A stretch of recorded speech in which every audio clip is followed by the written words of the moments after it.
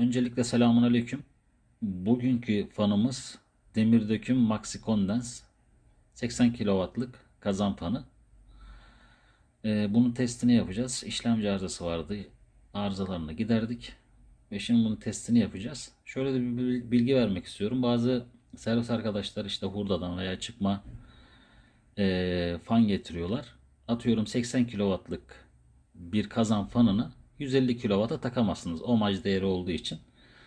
Bu da ek bir bilgi olarak size vermiş olayım. Şimdi testimize geçelim.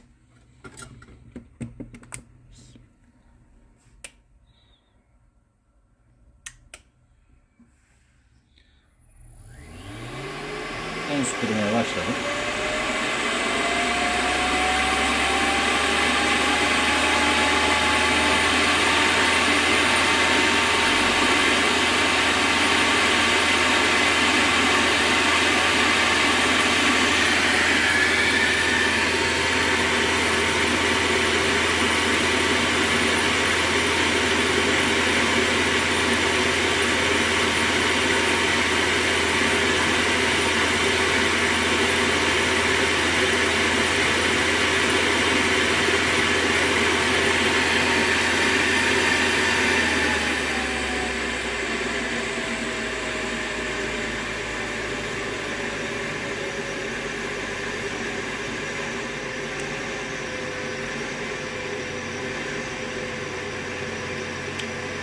Evet, gazı açtı.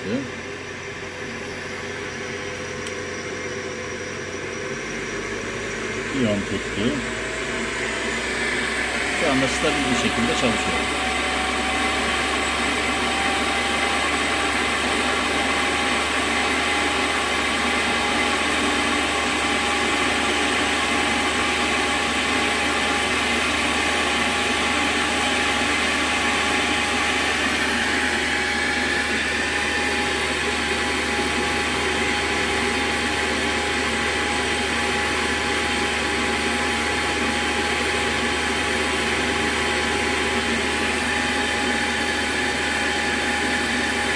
Görmüş olduğunuz gibi demir döküm